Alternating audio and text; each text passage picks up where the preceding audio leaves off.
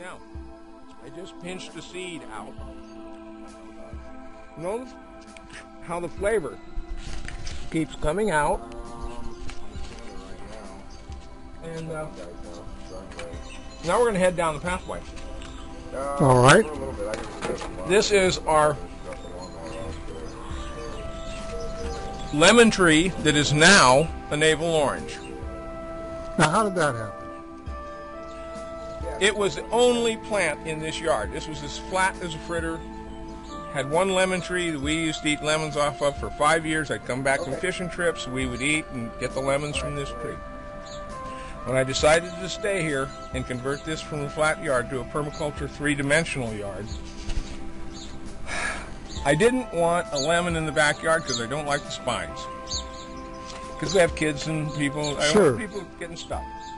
So, with absolute perfection, I stood in front of the lemon tree and said, "Your history, I'm sorry, I want a navel orange." And I retreated to get my tools, and I grab all my tools, the saw and the discs and the clippers. And I come out to the tree and I lay them on a stump. In fact, it's this stump right here. That was the first thing I brought in from Arcadia. This is an Arcadia tree, and I got the tree counts and ring counts and their water conditions for the last 100 years. Anyway, back to this. I closed my eyes and I always ask Spirit, guide my hand, and I touched a tool.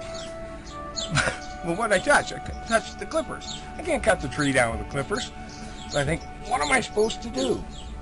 Thoughtful observation. Okay. I don't like the spines, so I proceeded to cut every single solitary spine off the tree.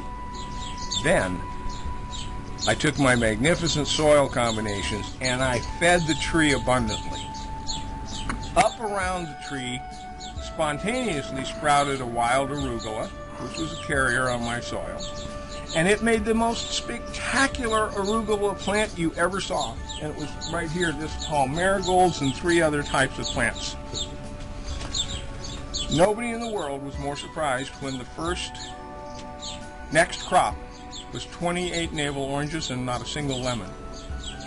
And I went, wow. And not only were they navel oranges, they were vanilla navel oranges. They smelled like vanilla. I could scratch the skin from here and you'd go, oh, Orange Julius, I'll have one of those. So this is a literal fulfillment of ask and you shall receive. Ask and you shall receive. And guess what? 2 years later, on the Science Channel and back-to-back programs, they proved exactly what we did. We learned, anybody of my age, we learned that within the genus lie the species. But once we started to count the genes, we discovered that, oh, when I look at the species, I can account for everything that's lemon in this. But the string is this long. What's all the rest of this? Junk mail? No. It's the gene of every other species within the genus lies within each. Oh, another sacred law.